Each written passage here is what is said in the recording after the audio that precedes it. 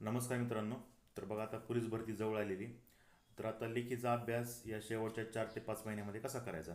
तर बघा, सगळ्यात महत्त्वाचा विषय म्हणजे GK GS. तर यासाठी तुम्ही कोणतेही पुस्तक घेऊ शकता. सह्याद्रीचा ठोकळा आहे किंवा अजून बरेच काही पुस्तकं आहे मार्केटमध्ये, ते तुम्ही घेऊ शकता.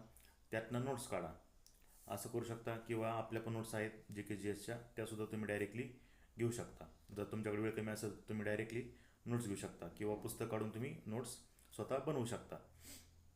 तर आत्ता या परिस्थितीमध्ये तुम्ही रोज किमान 4 ते 5 तास तरी लेखीचा अभ्यास केला पाहिजे.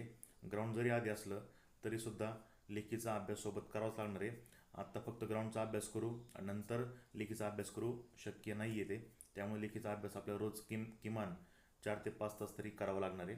तर त्यामध्ये निम्मा वेळ हा GK GS या विषयाला द्यायचा आहे. कारण तुम्ही आत्ता मागच्या 2-3 वर्षाचे प्रश्नपत्रिका बघितल्या तर त्यामध्ये आपल्याला दिसून येतं की सर्वात जास्त वेटेज म्हणजे कोणताही जर ॲव्हरेज काढला आपण तर 40 मार्काच्या खाली GK GS हा विषय काही येत नाही. त्यामुळं या विषयाचा जास्तीत जास्त अभ्यास करणं आपल्यासाठी गरजेचं आहे. तर त्यासाठी पुस्तकं सांगली तुम्हाला. त्यानंतर राहिला मराठी विषय. मराठी विषयासाठी बाळासाहेब शिंदे सरांचं पुस्तक आहे.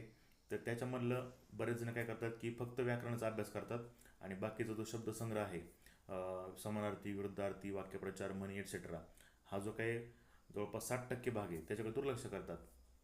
ते काय विचार करतात की आपल्याला काही याच्यामध्ये अभ्यास करायची गरज नाही, डायरेक्ट ऑन दी स्पॉट आपण याचा अभ्यास करू शकतो किंवा उत्तर देऊ शकतो. परंतु प्रश्न त्यावरती जास्त येतात. म्हणून मराठीचा अभ्यास करताना पहिल्यांदा ते वाचा आणि नंतर व्याकरणाचं करा. कारण व्याकरणाचा अभ्यास तुम्हाला करावाच लागणार आहे, पण पहिल्यांदा अभ्यास करताना तुम्ही शब्दसंग्रह, व्होकॅब्युलरीचा अभ्यास जास्त करा. त्यानंतर राहिला विषय गणित आणि बुद्धिमत्ता. जर तुमचं गणित खूपच वीक असेल तर सचिन ढवळे सर आहेत, तर त्यांची तुम्ही यूट्यूबवरती व्हिडिओ बघू शकता. त्यांचं पुस्तक पण आहे, ते सुद्धा तुम्ही वापरू शकता. आणि गणित बुद्धिमत्तेसाठी सगळ्यात चांगला सोर्स म्हणजे काय, तर मागील वर्षी झालेले पेपर. तर त्यातले गणित रोज आपण एक पेपर जरी घेतला तर त्यातले आपण रोज 50 प्रश्न जरी घेतले तरी भरपूर होईल. अशा रीतीने आपल्याला कमीत कमी रोज 4 ते 5 तास हा लेखीचा अभ्यास करायचा आहे. धन्यवाद.